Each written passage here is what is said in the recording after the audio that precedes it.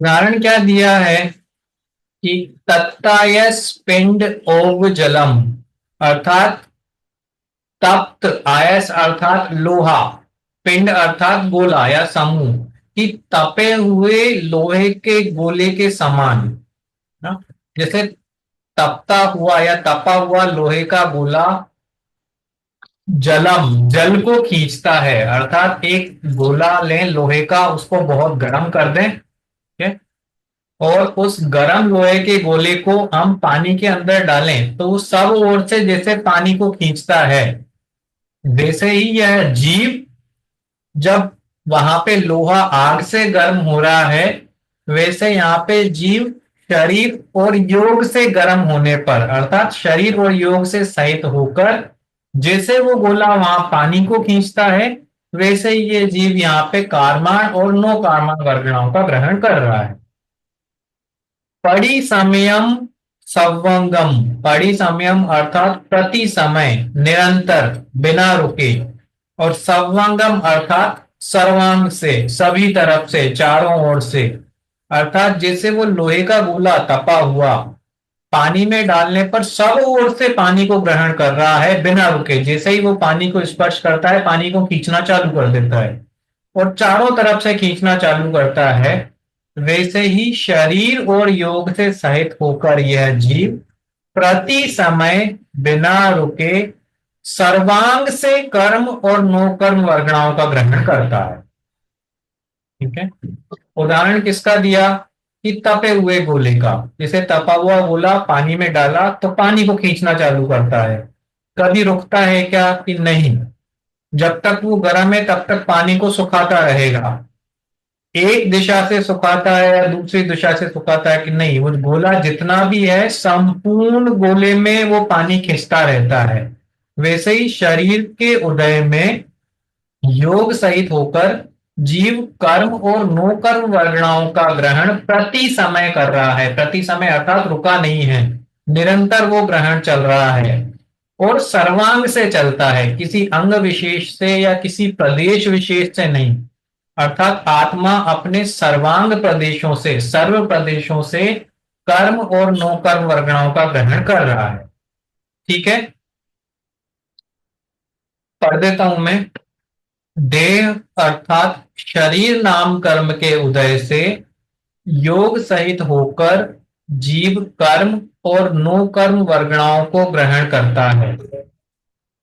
जिस प्रकार आग से तपे हुए लोहे के गोले को जल में डालने पर वह प्रति समय सभी तरफ से जल को खींचता है, उसी प्रकार यह जीव भी शरीर नामक नाम कर्म और योग से सहित होकर कर्मों और नो कर्मों का ग्रहण प्रति समय और सर्वांग से करता है।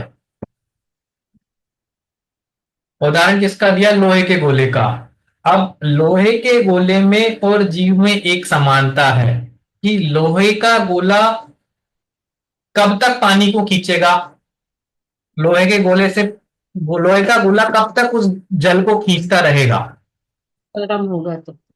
जब तक वो गर्म रहेगा ना।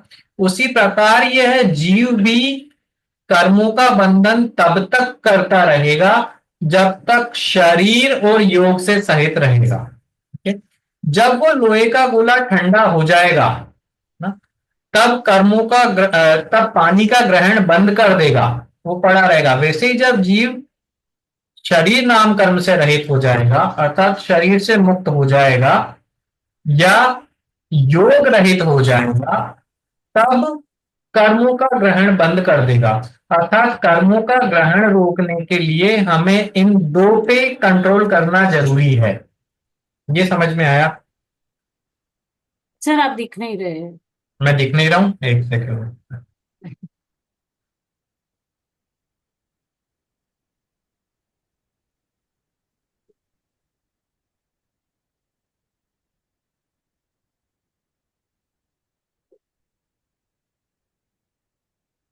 पता नहीं इसके कैमरे में कुछ हुआ है, बट ठीक है। आवाज मेरी आ रही है ना?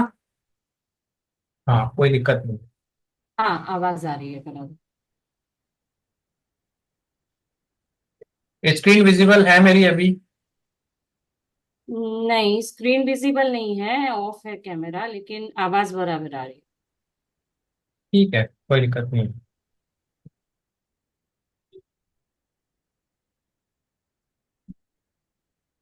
यहाँ पे कर्म वर्गणाओं का और नो कर्म वर्गणाओं के ग्रहण की जो बात की है ना, उसमें कर्म वर्गणा अर्थात क्या? जब हम कहते हैं कि कर्मों का ग्रहण करता है, तो कर्म कौन से कर्मों का ग्रहण करने की बात कही है? तो कर्म अर्थात ज्ञानावरणादि 8 कर्म रूप परिणमित होने योग्य जो वर्गणाएं हैं उनकी बात कर रहे हैं। जो कहा ना कि कर्मों का ग्रहण करता है और नो कर्मों का ग्रहण करता है, तो कर्म अर्थात क्या? कि ज्ञानावरणादि 8 कर्म। और नो कर्म क्या? कि जो कर्म रूप तो परिणमित नहीं हो रहे हैं, लेकिन इन ज्ञानावरणादि 8 कर्मों के बंधन में निमित्त हो रहे हैं ना, या इन कर्मों के उदय में जो निमित्त हो रहे हैं, ऐसे शरीर आदि पदार्थ नो कर्म है ना। कर्म और नो कर्म तो समझ में आता है। कर्म क्या है? सर, 8 प्रकार के कर्म है। हाँ, 8 प्रकार के जो इस कर्म है। हाँ। फल में जो मिलता है वो सब पदार्थ नो कर्म में आएंगे, ऐसा कह सकते हैं। कैसे? ये- मतलब संयोग में, जैसे शरीर है कि घर है देखो या उसको, पैसा। कि कर्म ज्ञानावरणादि 8 कर्म के नाम तुम्हें पता है? ठीक है, वो द्रव्य कर्म, भाव कर्म, ठीक है। कर्म, नो कर्म अर्थात जो कर्म तो नहीं है, है ना, जो कार्माण वर्गणा रूप परिणामित नहीं हो रहे हैं, लेकिन ये जो ज्ञानावरणादि 8 कर्म बंधते हैं, ये इनके बंधन में वो निमित्त जरूर बन रहे हैं ना। उदाहरण इसके लिए आता है, जैसे निद्रा कर्म है। निद्रा कर्म किसका भेद है? दर्शनावर। दर्शनावरण कर्म का। तो निद्रा हुआ कर्म, है ना, दर्शनावरण कर्म। और हम कभी जब प्रवचन वगैरह में बैठते हैं या क्लास में बैठते हैं, तो गरिष्ठ भोजन करके बैठते हैं, दूध इत्यादि पी के बैठते हैं, तो उसकी वजह से निद्रा आने लगती है, निद्रा को बल मिलता है ना। जैसे एसी चला के बैठ गए तो जल्दी नींद आती है, खाना खा के एसी चला के बैठ गए तो और जल्दी नींद आती है। तो एसी, पंखा, ये गरिष्ठ भोजन वहां पे कर्म तो नहीं है, लेकिन निद्रा रूपी कर्म के बांधने में वो निमित्त हो गए, तो ये हमारे बन गए नो कर्म। ठीक है। तो जो डायरेक्टली जीव को प्रभावित कर रहे हैं ऐसे 8 कर्म, और इन 8 कर्मों के बंधन या उदय में निमित्त होने वाले जो भी पदार्थ हैं, वो या तो शरीर है या शरीर से संबंधित जो भी पदार्थ हैं, वो सब नो कर्म। तो ऐसे कर्म और नो कर्म, इन दोनों वर्गणाओं को, दोनों कर्माण वर्गणाओं को हम प्रति समय सर्वांग से ग्रहण करते हैं। उसके दो कारण हैं, कि हम शरीर सहित हैं और हम योग सहित हैं। ठीक है? आगे और अपन डिटेल में देखेंगे इसको। अब यहां तक मैं पढ़ देता हूं। देह अर्थात शरीर नाम कर्म के उदय से योग सहित होकर जीव कर्म और नो कर्म वर्गणाओं को ग्रहण करता है। जिस प्रकार आग से तपे हुए लोहे के गोले को जल में डालने पर वह प्रति समय सभी तरफ से जल को खींचता है, उसी प्रकार यह जीव भी शरीर नामक नाम कर्म और योग से सहित होकर कर्मों और नो कर्मों का ग्रहण प्रति समय और सर्वांग से करता है। कर्म अर्थात ज्ञानावरण आदि 8 कर्म रूप परिणमित होने योग्य कर्माण वर्गणाएं।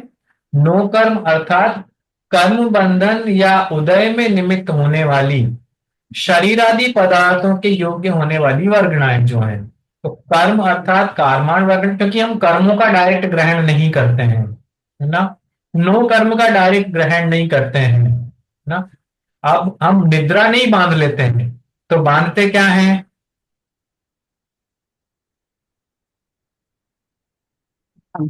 क्या बांधते हैं? कि निद्रा रूप परिणामित होने योग्य जो कर्माण वर्गणाएं हैं, है ना, ये फर्क समझना, कर्म और कर्माण वर्गणा में क्या फर्क है, कि आप निद्रा नहीं बांध रहे हो, आप ज्ञानावरण नहीं बांध रहे हैं, हम दर्शनावरण नहीं बांधते हैं, तो बांधते क्या है फिर, कि इन 8 कर्मों रूप होने योग्य जो वर्गणाएं हैं, कर्मण वर्गणाएं हैं, कर्म परमाणु हैं, हम तो वो परमाणु बांध रहे हैं ना, वो परमाणु इन 8 रूप परिणमित हो रहे हैं। ठीक है, क्योंकि पुद्गल ही पुद्गल रूप परिणमित होता है ना, तो कर्म के परमाणु कर्म रूप परिणमित हो रहे हैं, वैसे ही नो कर्म रूप वर्गणाएं नो कर्म रूप परिणमित हो रही हैं।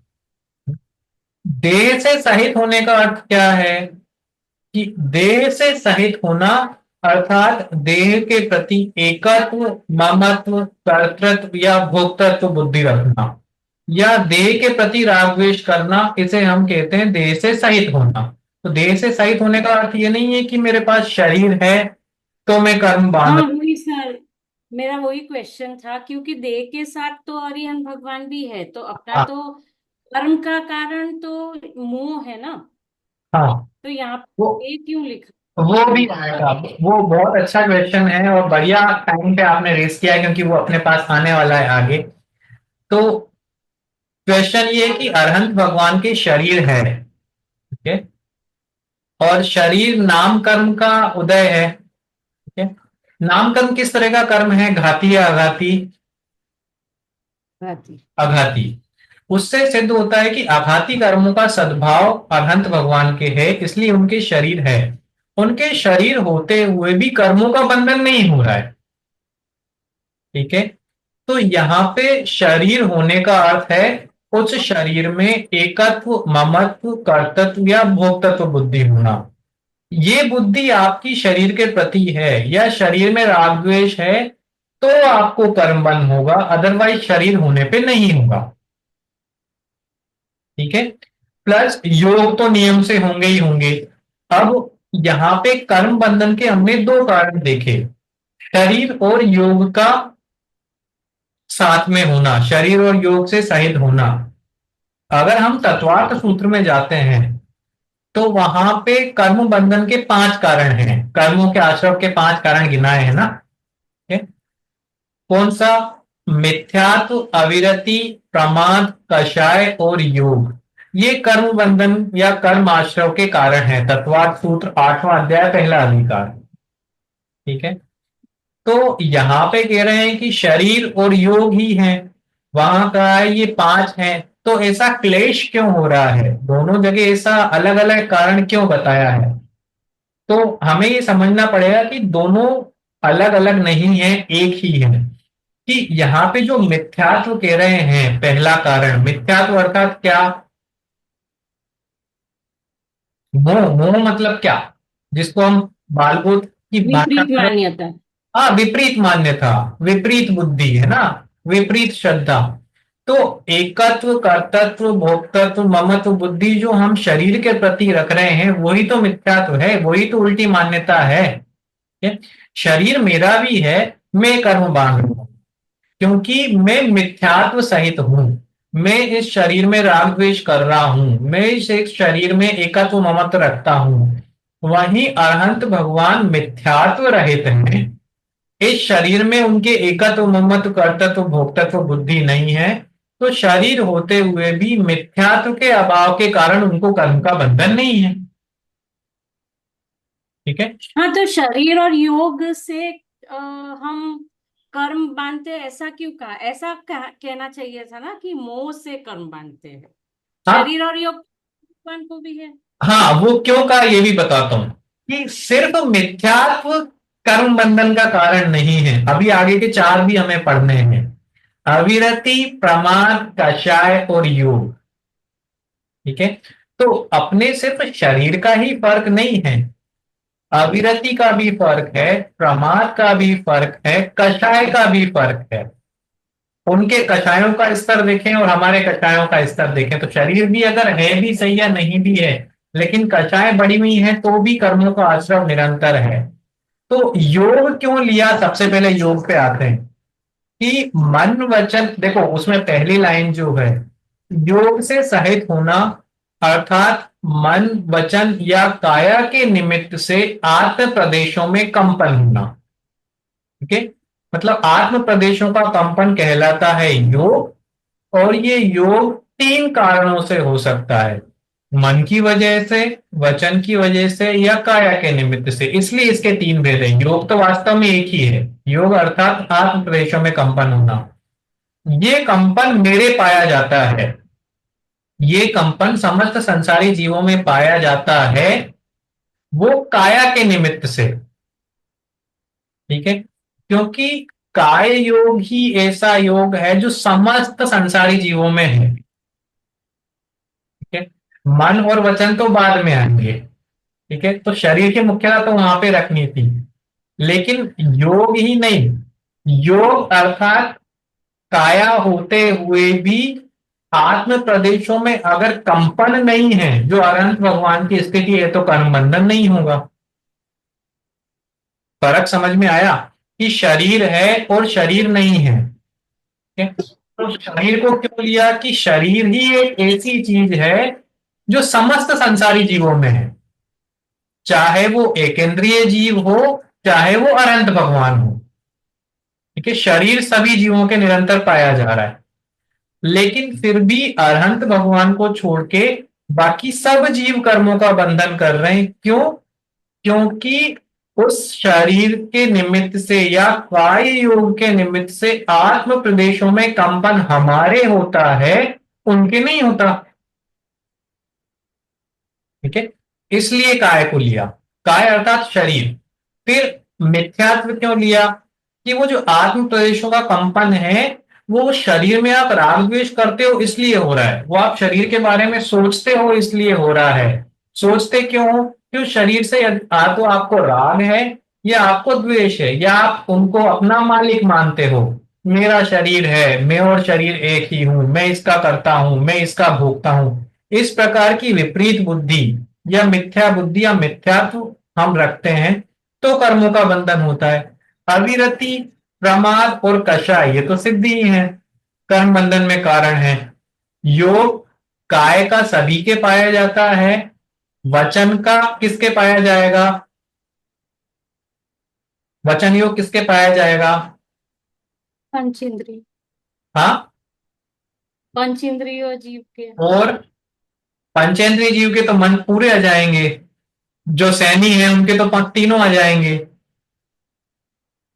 हाँ, कौन से इंद्रिय जीव से वचन तो मिलता है? इंद्रिय तक के भी दो भी जीव हैं, रसना इंद्रिय तक के भी, उनके भी वचन योग पाया जाएगा। है ना? तो ये देखो आगे वाली गाथा में भी आएगा।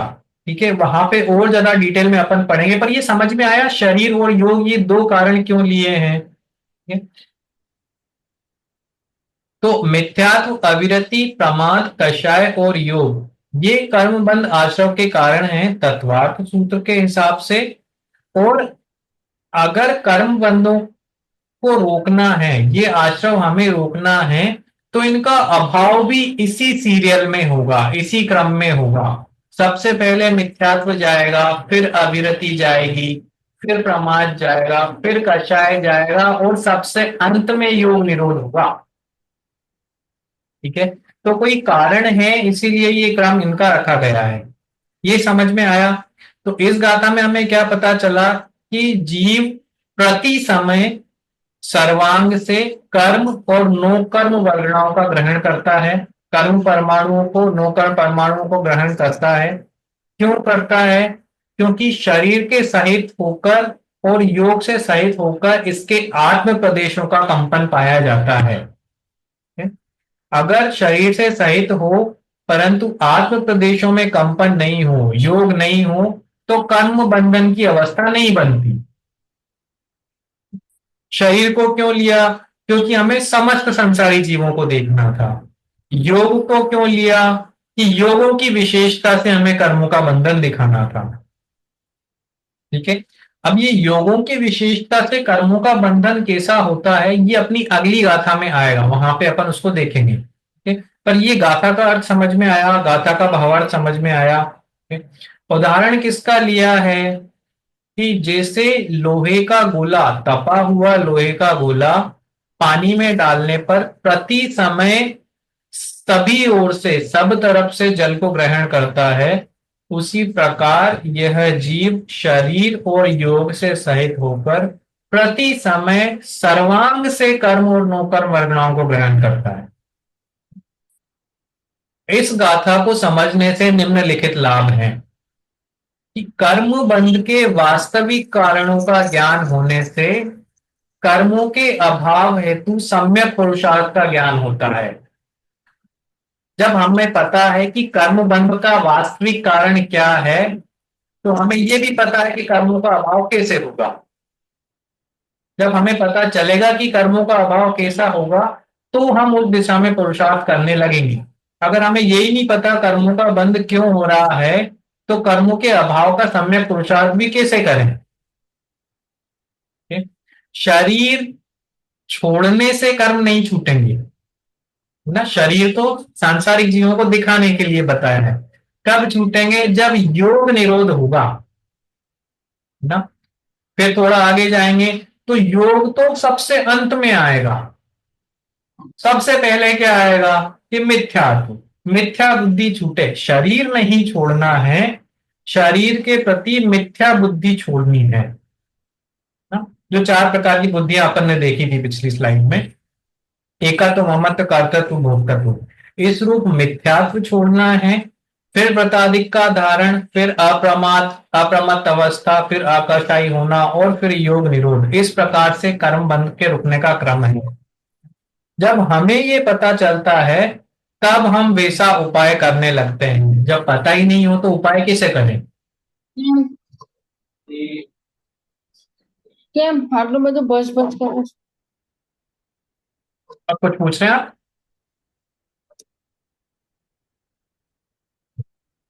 तो शरीर नहीं छोड़ना है, शरीर के प्रति राग द्वेष या ये मिथ्या मान्यता, विपरीत मान्यता, ये मिथ्या बुद्धि छोड़नी है। शरीर आदि के प्रति उत्पन्न होने वाली मिथ्या बुद्धियों का अभाव होता है, क्योंकि अब हमें पता चल गया कारण क्या है ना। पहला कारण क्या है? कर्म बंध का मिथ्यात्व। अब मिथ्यात्व हटाना है तो इन मिथ्या बुद्धियों का अभाव करना है, शरीर के प्रति राग द्वेष का अभाव करना है। और शरीर का अर्थ शरीर ही नहीं है ना, शरीर या शरीर से संबंध रखने वाले समस्त पदार्थ। प्रति समय कर्मों का बंध होता है, ऐसा पता चलने पर हर समय सजग रहने की प्रेरणा मिलती है। बोला है ना, पड़ी समयम, प्रति समय आप कर्मों का बंद कर रहे हैं। तो प्रति समय कर्मों का बंद कर रहे हैं, तो अभी भी मैं कर्मों का बंद कर रहा हूं, सोते समय भी कर रहा हूं, जागते समय भी कर रहा हूं। अगर मेरे दिमाग में निरंतर ये चलता रहे कि कर्मों का बंद हो रहा है, कर्मों का बंद हो रहा है, तो इंटेंशनली और फोर्स से, है ना, बलपूर्वक, पुरुषार्थ पूर्वक मैं कोशिश करूंगा कि मेरे भाव शुभ रहें, अशुभ भावों में तो मैं नहीं जाऊं, ताकि अशुभ कर्मों का बंध नहीं हो। तो एक अलर्टनेस हमें मिलती है थोड़ी सी कि प्रति समय कर्म बांध रहा हूं तो अभी मेरे को सजग रहना है, अभी कर्म बांध रहा हूं तो अशुभ में नहीं जाऊं, अभी तो प्रति समय कर्म बांध रहा हूं तो प्रति समय मेरे को कोशिश करना है कि मैं अशुभ में नहीं जाऊं। सर्वांग से कर्मों का बंध होता है, ऐसा ज्ञान होने पर जगत संबंधी मिथ्या मान्यताओं का अंत होता है कि मस्तिष्क से कर्मों का बंध है ना। ऐसा सुनने में आता है कि अशुभ कर्मों का बंध है तो पैरों से होता है ना, शरीर की निचली अवस्था से होता है। तो ऐसा नहीं है। आत्म प्रदेशों में, आत्मा के समस्त प्रदेशों में कर्मों को ग्रहण करने की शक्ति विद्यमान है। विद्यमान है ही नहीं, आत्मा के समस्त प्रदेशों से कर्मों का ग्रहण, कर्म परमाणुओं का ग्रहण निरंतर हो रहा है। तो सर्वांग से होता है, ऐसा पता चलने पर वो मिथ्या बुद्धि हमारी हट जाती है। किसी अंग विशेष से या किसी प्रदेश विशेष से हम कर्मों का ग्रहण नहीं कर रहे हैं। ठीक है, सर्वांग से इन कर्मों का ग्रहण होता है, प्रति समय कर्मों का ग्रहण होता है, और शरीर और योग से सहित होने पर इन कर्म का ग्रहण होता है, कर्म और नौकर्म वर्गणाओं का ग्रहण होता है। यह हमें इस गाथा से पता चलता है। ये तीन गाथाएं अपनी पहले हो गई थी। अब इसके बाद चौथी गाथा है जो मेरे को अगली क्लास में लेनी है। ठीक है, तो अब तक इन तीन गाथाओं में कोई क्वेश्चंस हैं, क्वेरीज हैं, डाउट्स हैं? ठीक है, क्योंकि ये तीन तो वैसे भी रिवाइज किए हैं हमने, है ना, अपना पहले हो चुका था। फिर भी अगर हैं तो आप ग्रुप पे क्वेश्चंस भेज सकते हैं, अगली कक्षा में अपन इनको कोशिश करेंगे उनका निराकरण करने की। पहले वो करेंगे फिर अपन चौथी गाथा पे जंप करेंगे। तो आज अपन ने क्या क्या देख लिया?